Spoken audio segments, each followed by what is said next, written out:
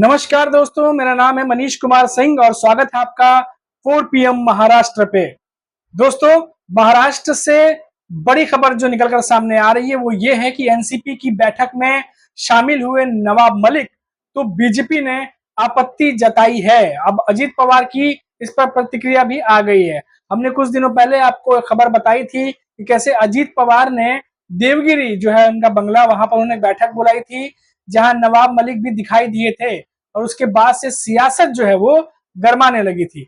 महाराष्ट्र के पूर्व मंत्री नवाब मलिक हाल ही में डिप्टी सीएम जो है अजित पवार के सरकारी बंगले में एक मीटिंग के दौरान जो है वो दिखाई दिए थे।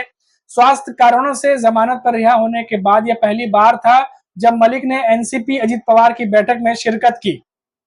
अब ऐसे में सोशल मीडिया पर जब ये वायरल हो गया वीडियो, तो मलिक को एनसीपी अजित पवार के अन्य विधायकों और एमएलसी के साथ बैठक करते देखा जा सकता है। जब पत्रकारों ने डिप्टी सीएम अजित पवार से पूछा कि क्या मलिक एनसीपी और उनके गुट में शामिल हो गए हैं, तो अजित पवार ने कहा कि क्या आपको कोई समस्या है। इस सवाल को पवार ने टालने की कोशिश की, लेकिन मलिक ने अब तक स्पष्ट नहीं किया है कि वह एनसीपी के शरद पवार गुट या अजीत पवार के खेमे में शामिल होंगे। पिछले साल अगस्त में जमानत मिलने के बाद मलिक विधानसभा के शीतकालीन सत्र में शामिल हुए थे। हिंदुस्तान टाइम्स एक अखबार है जिसमें एक रिपोर्ट भी आई थी कि पार्टी के एक अंदरूनी सूत्र ने बताया था कि मलिक को औपचारिक रूप से बैठक में आमंत्रित किया गया था। अब इसके पीछे कई कारण हो सकते हैं, क्योंकि पहले से भी एक दूसरे को सारे नेता जानते ही हैं, और औपचारिक था या अनौपचारिक था ये ज्यादा बेहतर तो अजीत पवार और मलिक बता पाएंगे। लेकिन बीजेपी नेता और डिप्टी सीएम ने जो है इस पर अब आपत्ति जता दी है। मलिक के विधानसभा सत्र में भाग लेने के तुरंत बाद उप मुख्यमंत्री देवेंद्र फडणवीस ने अजीत पवार को पत्र लिखकर कहा कि पूर्व मंत्री का महायुति का हिस्सा बनना उचित नहीं होगा। और ये सारी चीजें हमने आपको पहले भी बताई थी, क्योंकि उनके खिलाफ गंभीर आरोप है। और फडणवीस ने लिखा कि अपनी पार्टी में किसे शामिल करना है आपका अधिकार है, लेकिन गठबंधन के हर घटक दल को इस बारे में सोचना होगा कि क्या इससे गठबंधन को नुकसान हो रहा है। इसलिए हम इसका जो सत्तारूढ़ गठबंधन में शामिल होने का विरोध करते हैं। इस साल के जनवरी में सुप्रीम कोर्ट ने मनी लॉन्ड्रिंग मामले में मलिक की अंतरिम जो जमानत है वो 6 महीने के लिए बढ़ा दी थी। और जुलाई 2023 में महाराष्ट्र के पूर्व मंत्री ने जो ईडी द्वारा जांच जो हो रहा है मामले का, उसके मेडिकल के आधार पर जमानत देने से इनकार करके बॉम्बे हाईकोर्ट के आदेश के खिलाफ सुप्रीम कोर्ट का रुख कर लिया था। तो ये तमाम चीजें अब चल रही हैं।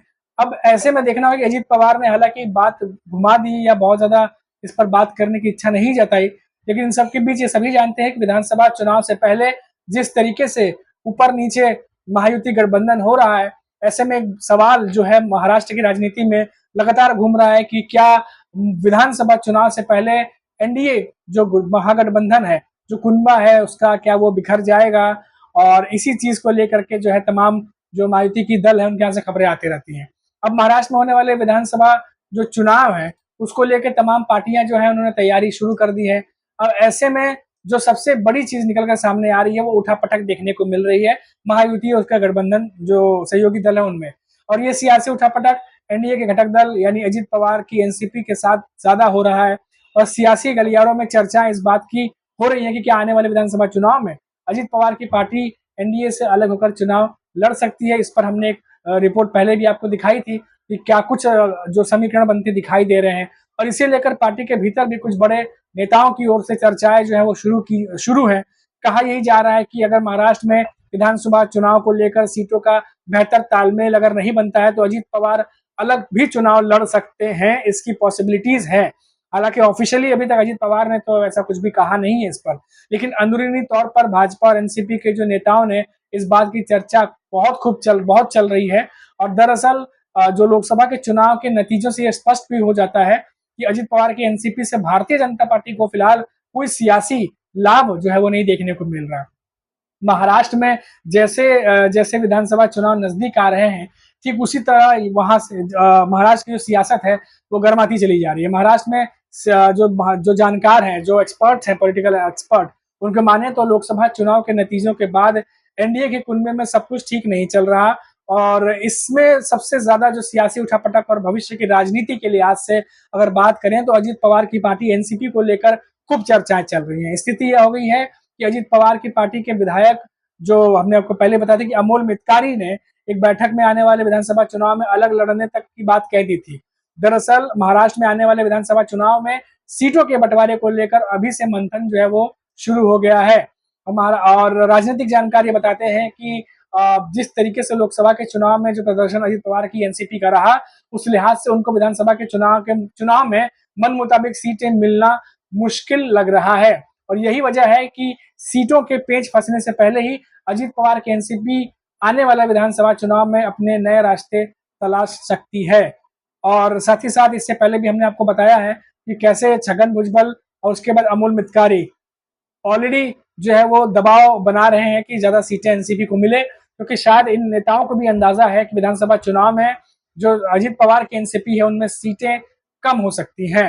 लोकसभा चुनाव के दौरान इस बात की चर्चा सबसे ज्यादा थी कि विधानसभा के चुनाव में अजीत पवार की पार्टी ज्यादा से ज्यादा सीटों पर चुनाव लड़ना चाहती है, इसीलिए लोकसभा चुनाव में भी कम सीटों पर वो राजी हुए थे। अब महाराष्ट्र की सियासत में चर्चा इस बात की सबसे ज्यादा हो रही है कि 288 जो सीटें हैं विधानसभा की महाराष्ट्र में, उसमें अजीत पवार क्या 30 से 35% सीटों पर यानी कि 100 सीटों पर चुनाव लड़ने की मांग रख सकते हैं। अब ऐसे में जानकार तो यही कह रहे हैं कि एनसीपी की ओर से जो आवाज उठ रही है, तो निश्चित तौर पर महाराष्ट्र के विधानसभा चुनाव में एनडीए के घटक दलों पर खासतौर से एनसीपी के अलग होने की संभावनाएं प्रबल हो जाएंगी अगर उन्हें उनके मन मुताबिक सीट नहीं मिलती है, क्योंकि अजीत पवार के एनसीपी में भी कई सारे ऐसे नेता हैं जो बयान दे रहे थे, उनसे यही लग रहा था कि वो सहयोगी दलों से थोड़ी खफा भी चल रहे हैं सहयोगी दलों के साथ, और इस बार वो पूरा चाहते हैं कि विधानसभा चुनाव में उन्हें सीटें भी दिया जाए और साथ ही साथ परफॉर्म करने के लिए आजादी भी। वहीं लोकसभा चुनाव के परिणामों के बाद महाराष्ट्र में भाजपा के कुछ कार्यकर्ताओं और नेताओं की ओर से अजीत पवार से अलग होने की आवाज भी उठी थी।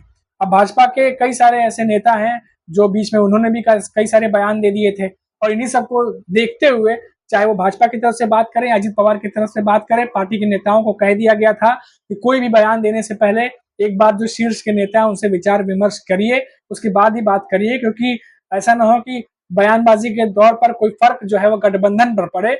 और इस लिहाज से ये ध्यान रखना जरूरी है कि जो भी हम बोल रहे हैं उस पर पूरी तरीके से जो है वो ध्यान रखा जाए। और हमने ही अपने वीडियो में इंफॉर्मेशन दी थी कि कैसे अजीत पवार की पार्टी में तो अपने नेताओं को नोटिस भी जारी कर दिया गया है कि कुछ भी बयान देने से पहले एक बार शीर्ष नेताओं से या बड़े नेताओं से पूछ लीजिए, विचार विमर्श कर लीजिए, उसके बाद ही बयान दीजिए, ताकि गठबंधन में शामिल जो दल है उनसे कोई खटपट या मनमुटाव ना हो।